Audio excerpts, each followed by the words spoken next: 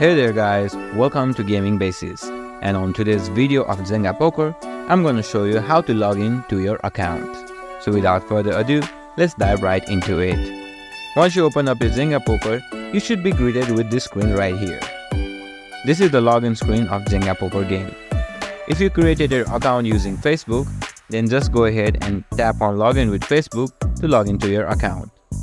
But if you created your Zynga Poker account in the game, then go ahead and tap on login with Zynga Poker. Here the game should automatically detect your email address, but if it didn't, then type in your email address too. Once you type in your email address, just go ahead and type in your password below it.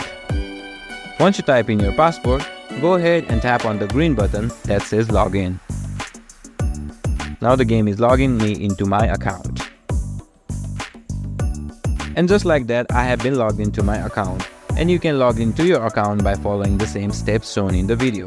And if you guys have any questions regarding this, then feel free to leave your queries in the comments, and don't forget to like and subscribe to our channel for more useful videos as such, and be sure to hit the notification bell so you never miss our future videos. Thanks for watching.